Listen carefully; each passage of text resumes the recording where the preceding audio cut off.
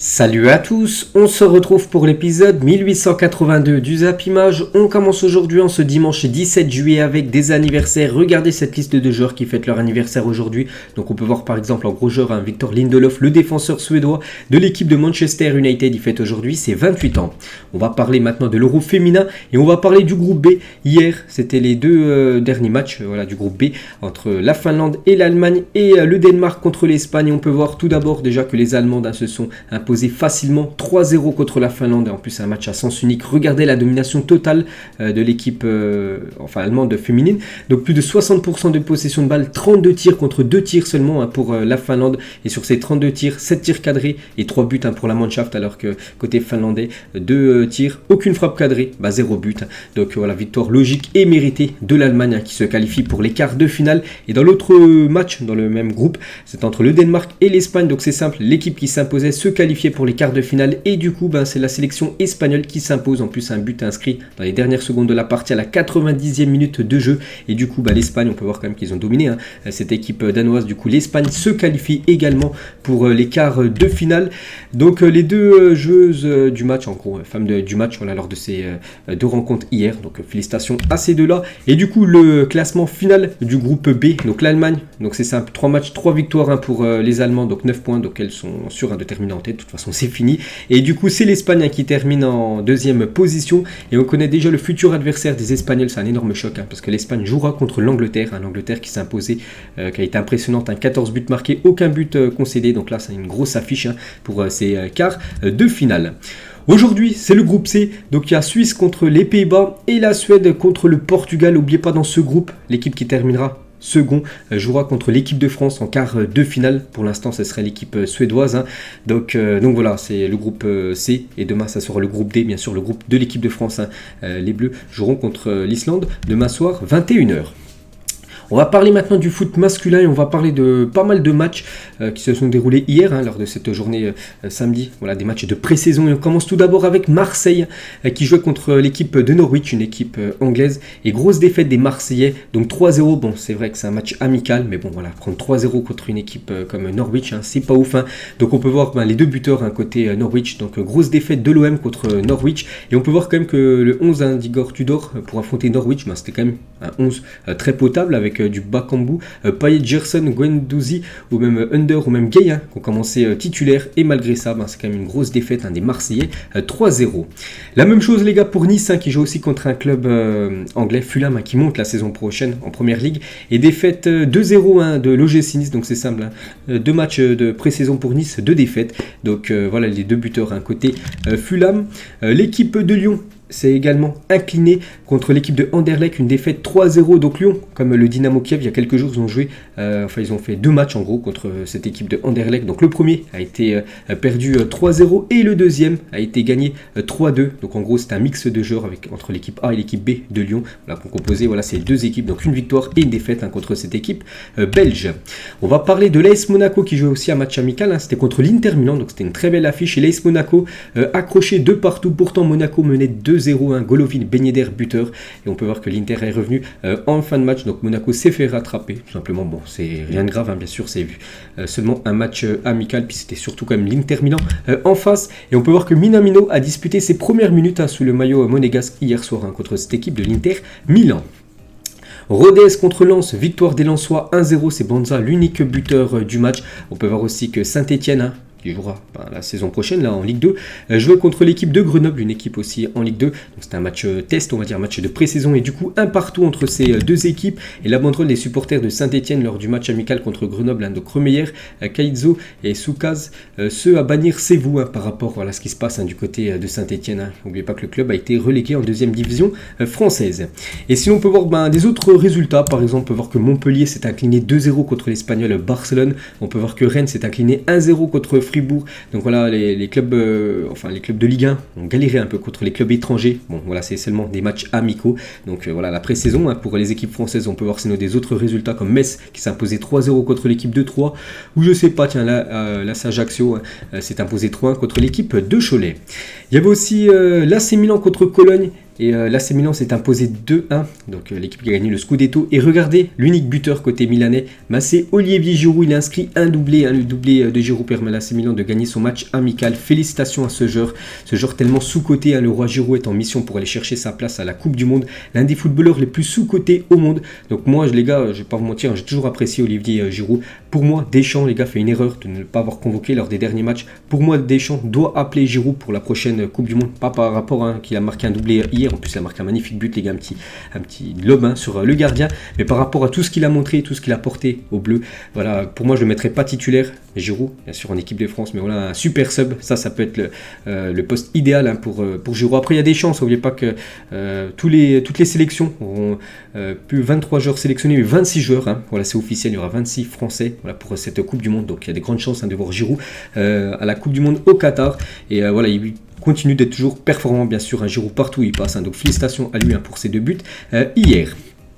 Il y avait aussi l'AS Roma contre Portimonense, donc une équipe portugaise. Et l'AS Roma s'est imposé 2-0. Donc pour les 2 buteurs, notez que Zaniolo a été buteur, ce joueur qui pourrait peut-être quitter le club. On l'annonce peut-être du côté de la Juventus Turin.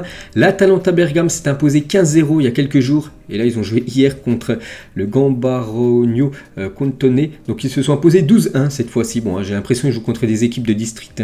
Voilà, cette équipe de l'Atalanta, c'est pour ça qu'à chaque fois, c'est des énormes résultats pour cette équipe de Bergame. Arsenal contre Everton 2-0, voilà, pour ce match de pré-saison entre 2 équipes qui s'affronteront la saison prochaine en première ligue. À noter que Gabriel Jesus, de nouveau buteur, lui qui avait déjà été buteur lors de son premier match de pré-saison. Tottenham FC Séville 1 partout. Rakitic, Harry Kane, buteur dans cette rencontre de pré-saison. Aston Villa s'est imposé 1-0 contre l'équipe de Leeds, 2 équipes aussi qui s'affronteront la saison prochaine en première ligue.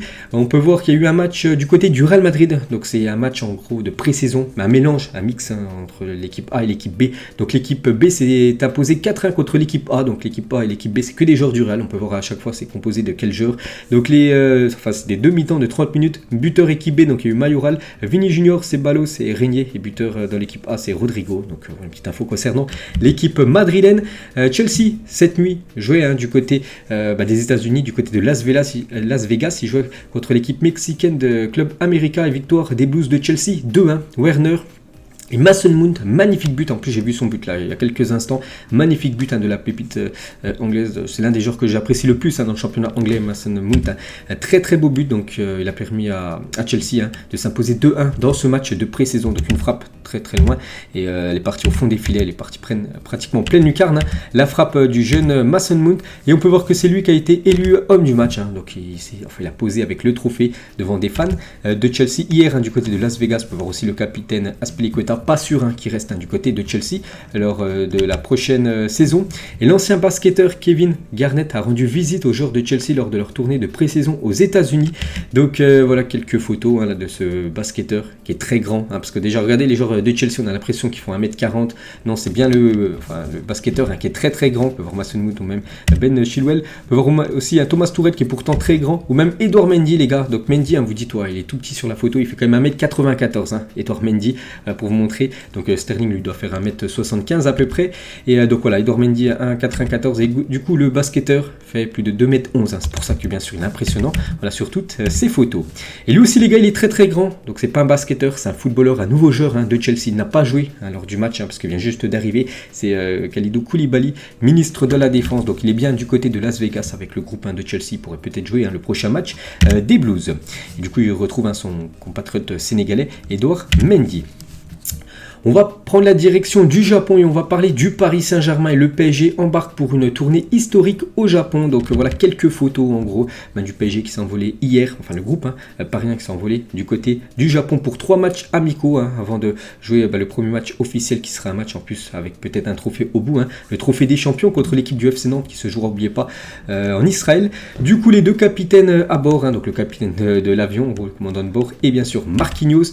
Donc voilà quelques photos en gros du groupe parisien direction le Japon pour jeudi. C'est 3 matchs de pré-saison et cette tournée estivale du PSG au Japon va rapporter quand même 10 millions d'euros au club. Donc voilà, c'est quand même une grosse source de rentrée d'argent dans les caisses parisiennes.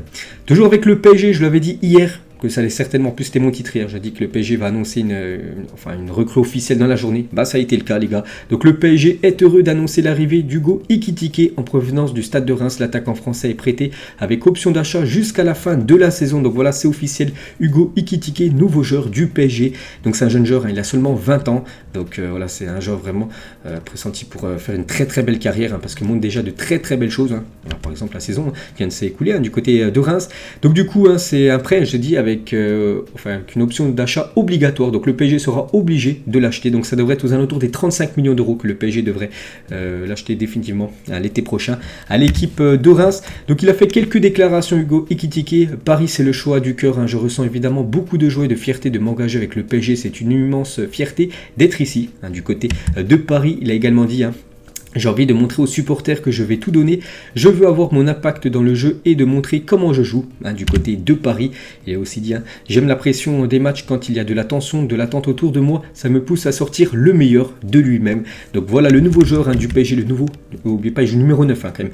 Hugo Ekitike. Donc bon, après, on sait que dans l'attaque parisienne, il y a quand même des très grands noms, hein. Messi, Mbappé, Neymar, tout ça. C'est pas sûr, bien sûr, qu'il ait une place de titulaire. C'est un joueur peut-être qui va certainement beaucoup apprendre avec des joueurs avec beaucoup d'expérience, donc c'est que du bonus, on va dire, hein, pour Hugo Ekitike, mais peut faire un bien fou les gars, c'est peut-être un joueur pour l'avenir, hein, du côté de Paris.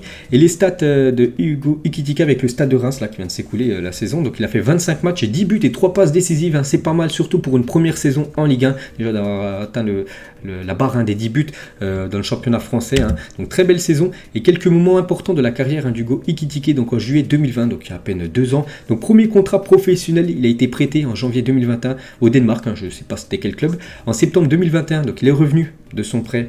Donc maintenant c'est un joueur de Reims, donc il a fait une saison à Reims avec les stats, hein, les très belles stats que je vous ai montrées, et maintenant signature au PSG en 2022, donc magnifique, hein, l'ascension, hein, pour cet attaquant, hein, Hugo Ekitike. Et toujours avec lui, donc c'est le premier joueur recruté par le PSG en Ligue 1 depuis un certain Kylian Mbappé en 2017. Donc peut-être le même destin là, Kylian, enfin c'est ce qu'on aimerait que ça lui arrive, hein, tout simplement. C'est vrai que voilà, le PSG recrute beaucoup à l'étranger, hein, mais très rarement en France. Le dernier, c'était Mbappé, et 5 ans après, donc cette fois-ci c'est Hugo Ekitike. Lui aussi pour arriver, hein, du côté du PSG, pour l'instant c'est pas officiel, mais ça va l'être, hein, dans les prochains jours. Donc ça négocie toujours entre le PSG et le LOSC, hein, pour Renato Sanchez. Lille, hein, précise néanmoins que le joueur ne partira pas contre 12 millions d'euros, parce que le PSG voulait verser cette somme, hein, de 12 millions d'euros. Lille veut plus d'argent pour lâcher un Renato Sanchez, c'est pour ça que ça prend un peu plus de temps que normal, tout simplement. Donc voilà, ça devrait se faire, mais voilà, c'est les transferts, c'est le mercato, bien sûr, les deux clubs sont en train de négocier. Lui devrait quitter, hein, l'équipe parisienne, en plus il n'est même pas dans le groupe du PSG qui s'est envolé, hein, du côté du Japon. C'est Wijnaldum, a été proposé à l'AC Milan. Les rossoneri évaluent actuellement la possibilité de le recruter. Le PSG pourrait prendre 50% de son salaire. Actuellement il touche 9 millions d'euros net, hein, quand même, du côté du PSG, c'est énorme, hein. Dans n'importe quel autre club français, il serait le joueur le mieux payé, donc c'est pas le joueur le mieux payé, hein, enfin du côté de Paris, mais il est dans le top 10, hein, facilement. Et du coup c'est un gros salaire, et voilà, le PSG cherche à s'en débarrasser. Voilà, le PSG pourrait le proposer tout simplement à l'équipe de Milan, et le PSG, je l'ai dit, prendrait 50% de son salaire à payer. Une réunion se serait tenue à Paris afin de convaincre Abdou Diallo de rejoindre l'équipe de Naples, hein, pour remplacer Koulibaly, hein, que j'ai dit hier, hein, qui a pris la direction de Chelsea. Donc voilà, Abdou Diallo, hein, lui aussi les gars, ça sent le départ. Lui, ça peut-être être une arrivée. C'est Noah Lang, je ne sais pas si vous vous souvenez, c'est un joueur du club Bruges, un joueur néerlandais qui avait été très bon, hein, je me souviens, lors du match de Ligue des Champions contre le PSG. Donc en story Instagram, il a dit: je n'ai pas besoin de billets, le PSG venez me chercher. Donc voilà, concernant ce joueur, hein, qui devrait quitter, hein, son équipe de Bruges lors de ce mercato. Christophe Galtier sur ses propos vis-à-vis de l'ambiance du Parc des Princes, parce qu'il y a quelques jours, j'avais dit une déclaration de Galtier, il avait dit qu'en gros le Parc des Princes n'était pas la meilleure ambiance en France, et du coup voilà, les supporters parisiens avaient très mal accepté, bien sûr, les propos, hein, la déclaration du nouveau coach du PSG. Donc il a rectifié tout ça, il a dit: je me suis mal exprimé, il n'y a pas de grand club sans grands supporters, je sais que quand les supporters ont décidé de pousser, le parc est une caisse de résonance où l'on ne peut plus s'entendre, hein. Donc voilà, il a essayé de rectifier bien sûr ce qu'il avait dit il y a quelques jours. On va parler de Robert Lewandowski, et hier, hein, il s'est passé beaucoup de choses voilà, dans la journée de Robert Lewandowski. Donc tout d'abord, c'était hier matin, cette info. Donc les adieux de Robert Lewandowski à Julian Nagelsmann et à toute l'équipe du Bayern lors de la séance d'entraînement aujourd'hui. Donc c'était hier matin, il y avait une séance d'entraînement du côté du Bayern. Lewandowski était présent pour dire tout simplement au revoir à ses anciens collègues, parce que voilà, il quitte cette équipe du Bayern Munich. On peut voir là qu'il a fait son message d'adieu, Robert Lewandowski. Et donc c'est Lewandowski qui a demandé à s'entraîner donc hier matin avec ses coéquipiers afin de faire des adieux de la meilleure des manières et pas partir comme un lâche, voilà, dire au revoir à personne, non. Ça faisait plus de 8 ans qu'il était du côté du Bayern. Le strict minimum, c'est de dire au revoir à tout le monde. Et il a dit, ces 8 années ont été spéciales, je ne l'oublierai jamais. J'ai passé de très bons moments du côté de Munich. En plus, il a tout remporté.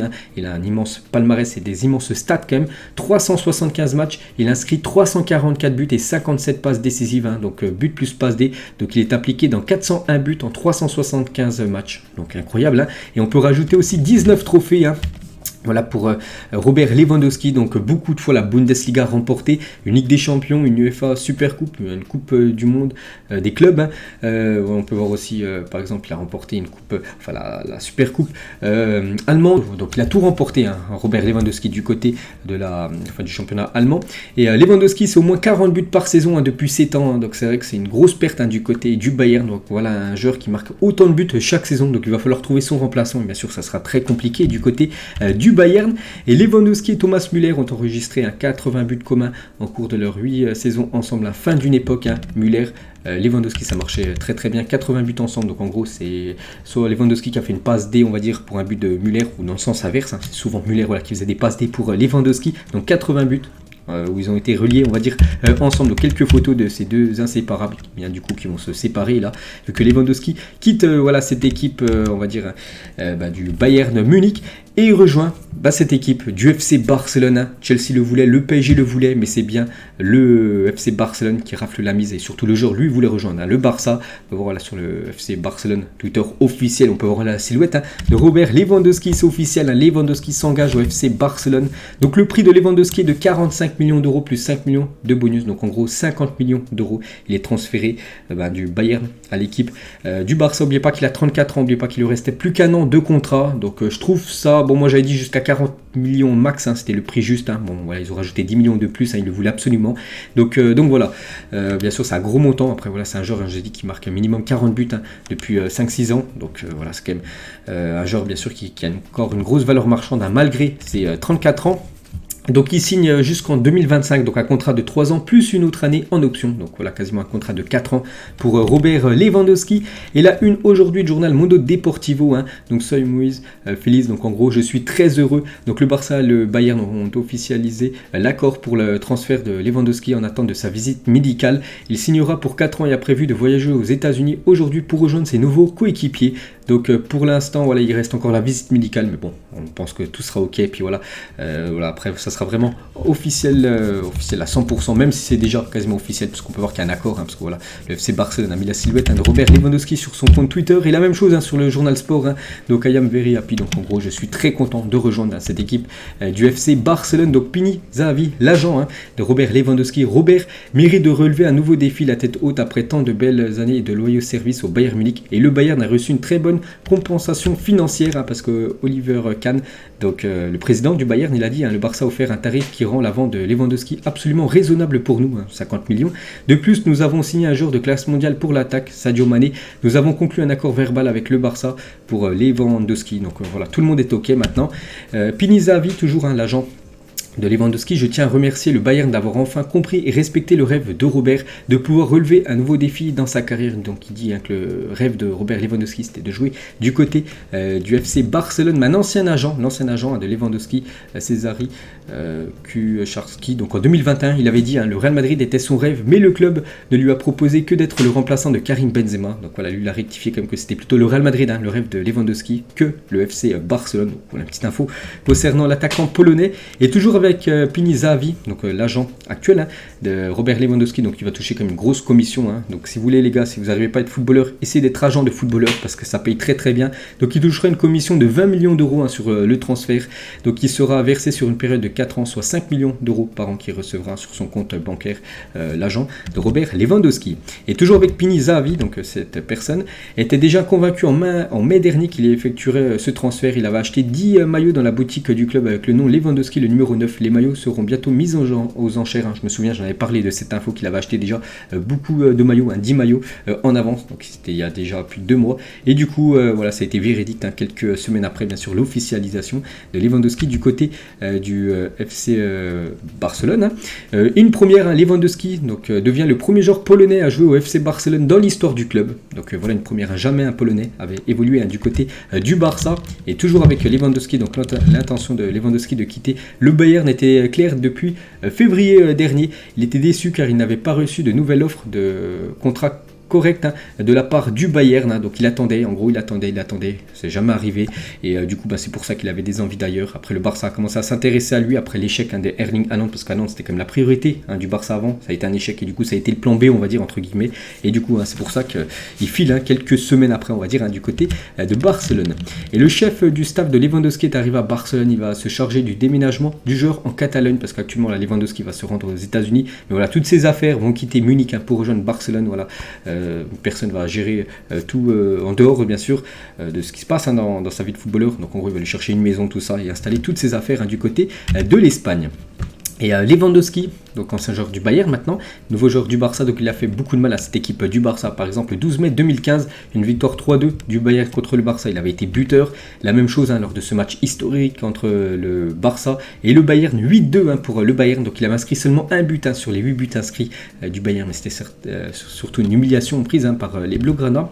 Et aussi il y a quelques semaines quelques mois plutôt, donc le 14 septembre 2021, donc un Barça-Bayern, donc le Bayern s'est imposé 3-0 au Camp Nou. Et Lewandowski avait inscrit un doublé lors de ce soir-là. Donc un nouveau chapitre dans la carrière de Lewandowski après Dortmund, après le Bayern maintenant, c'est le FC Barcelone.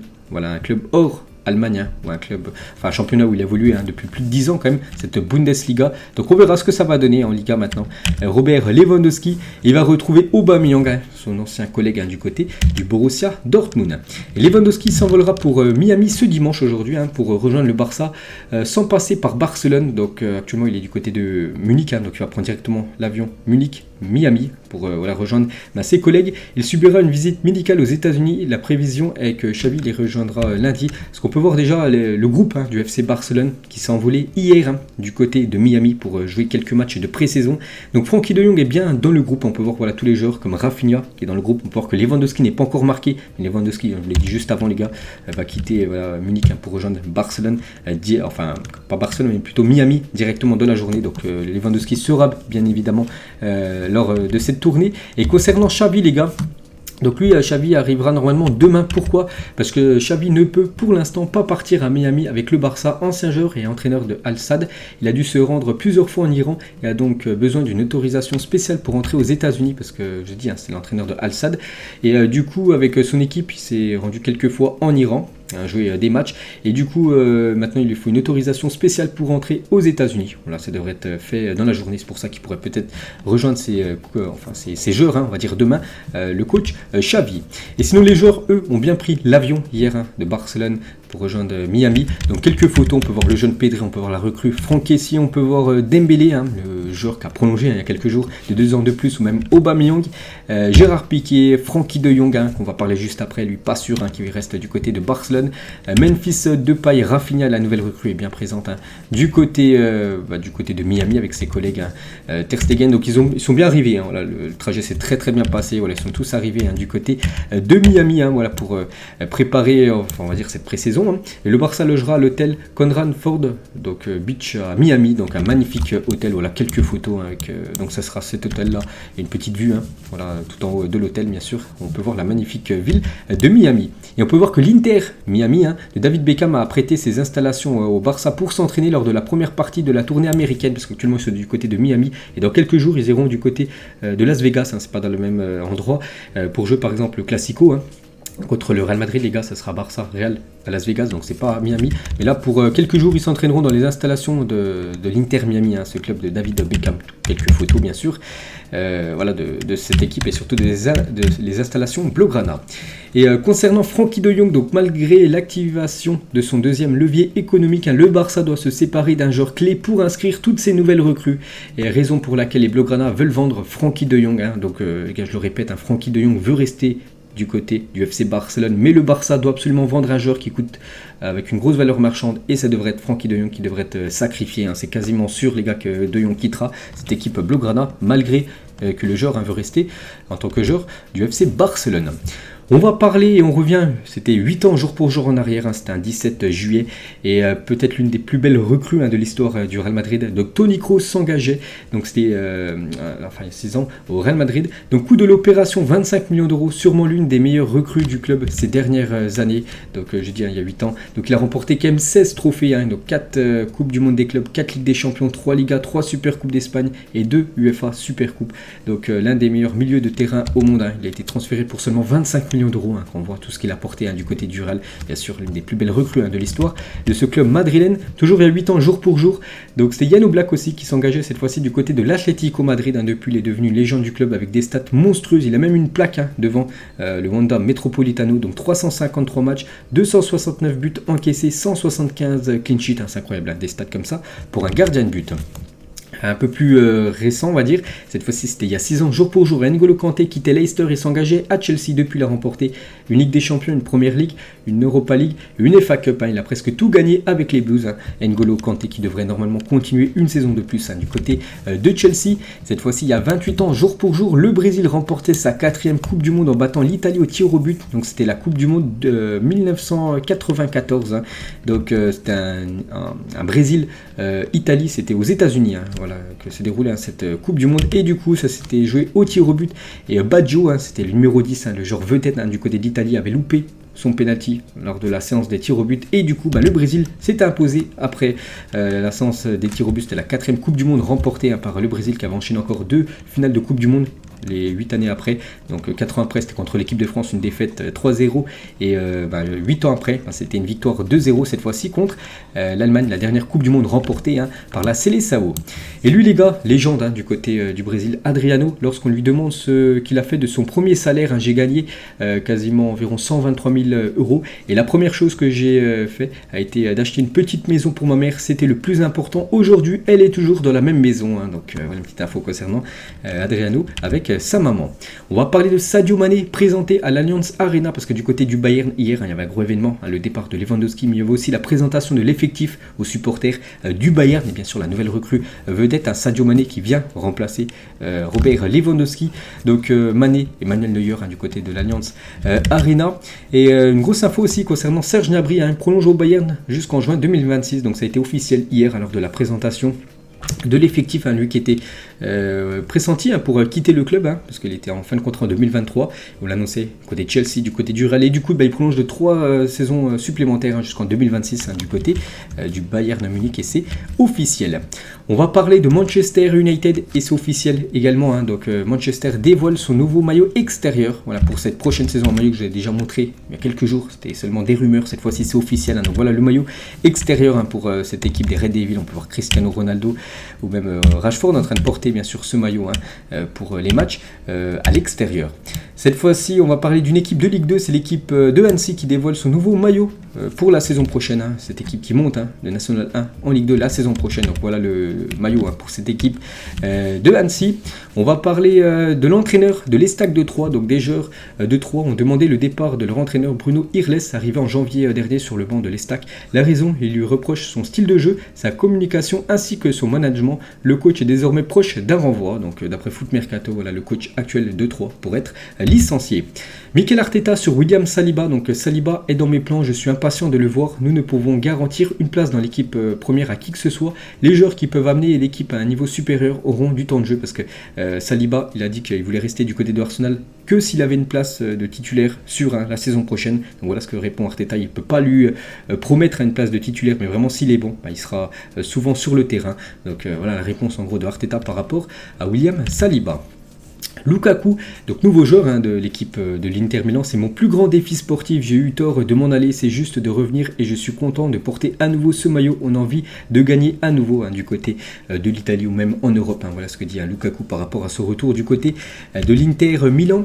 On va parler d'un autre Milan, c'est Zlatan Ibrahimovic, 41 ans en octobre prochain, va bien prolonger jusqu'en 2023, à l'AC Milan son salaire sera situé entre 1 et 1,5 million d'euros, n'oubliez pas qu'il est blessé quasiment toute la saison, il est encore pendant 7 mois de blessure là où il sera indisponible. Malgré ça, quasiment il jouera pratiquement pas la saison prochaine. Donc Milan prolonge quand même son contrat d'une saison supplémentaire. Donc il est lié jusqu'en 2023 du côté de Milan.